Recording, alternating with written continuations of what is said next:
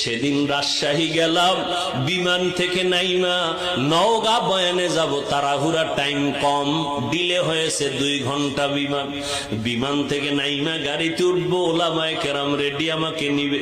একটা যুবক ছেলে দাঁড়াইয়া আঞ্জা করে দিছে আমার বুকের সাথে বুক লাগাবে। কি ও যুবক, কে তুমি, নাম কি? এই নাম। কি করো? রাজশাহী বিশ্ববিদ্যালয়ে পড়ি। কি পড়ো? ইসলামী স্টাডিজ নিয়ে লেখাপড়া করি। কি চাও? কয় হুজুর দয়া করে আমাকে মাফ করে দেন, আমি তোমারে চিনি না রে বাবা। কিসের মাফ? বলে আমি আপনার বিরুদ্ধে বহু লেখালেখি করেছি, অজস্র ভাষায় গালাগালি ফেসবুকে করেছি, বুঝি নাই হুজুর, আমারে আপনি মাফ করে দেন।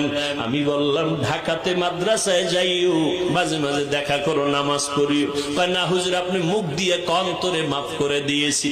আমি বললাম ঠিক আছে যাও। কয় না, বলতে হবে। আমি বললাম ঠিক আছে, আল্লাহ মাফ করুক। বলে না, আল্লাহ মাফ করবে কিনা আমাকে বলেন। এইভাবে বলিয়া বলে একটু বুকটা মিলাইতে চাই। বললাম মিলাও। যুবকটারে বিদায় দিলাম। কার কথায় কখন হেদায়াত হবে জানা নাই।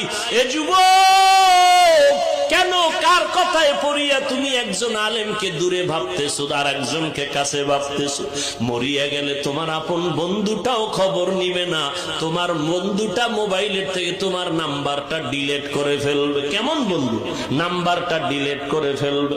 কিন্তু একজন আলেমের যদি মোহাব্বত করিয়া যাও, ওই আলেমটা যতদিন মোনাজাত দিবে তোমারে দোয়া না করিয়া মোনাজাত দিবে না। পায়ে হাত রেখে বলি, রে যুবক, আমার নবীর আর কাদাইস না রে যুবক, দাড়িটা কাটিয়া নবীর কষ্ট দিস না রে ভাই। নামাজের আজানটা শুনিয়া মসজিদের দিকে আগাইয়া যা, মা বাবার দোয়া নিয়ে চলিস।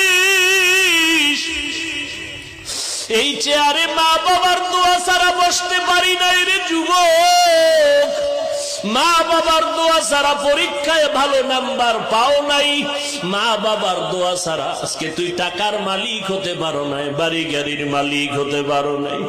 আমার নবীর বিরোধিতা করিও না, সুন্নতের আমলটা ধরো, 5 বেলার নামাজ পড়ো, আলেম ওলামার দোয়া নিয়ে চলো, অন্তরে তওবা করো পিছনের গুনার কথা স্মরণ করে।